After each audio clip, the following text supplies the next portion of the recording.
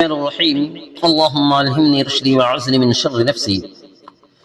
بات اس سے پہلے چل رہی تھی کہ جو حضور پاک صلی اللہ علیہ وسلم کو جو 10 بڑی بڑی فضیلتیں دی گئی ہیں جو کسی اور نبی اور رسول کو نہیں دیا گیا، ان میں سے ایک فضیلت ہے حضور صلی اللہ علیہ وسلم خاتم النبیین ہیں، کوئی اور نہیں ہے۔ یہ 5ویں فضیلت ہے۔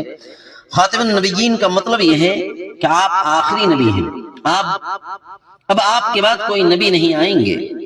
اس کے لیے اللہ تبارک و تعالیٰ کا فرمان آیا ہے سورۃ الاحزاب آیت نمبر 40 میں کہ ما كان محمد ابا احد من رجالكم ولكن رسول الله وخاتم النبيين، جس کا ترجمہ یہ ہے کہ حضور صلی اللہ علیہ وسلم تمہارے مردوں میں سے کسی کے باپ نہیں ہیں، لیکن وہ اللہ کے رسول اور سب سے آخری نبی ہے۔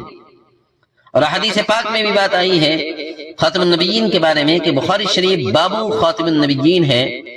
عن ابی ہریرہ رضی اللہ تعالی عنہ ان رسول اللہ صلی اللہ علیہ وسلم قال انا خاتم النبیین، کہ حضور صلی اللہ علیہ وسلم نے فرمایا کہ میں آخری نبی ہوں۔ اور دوسری حدیث ہے ابو داؤد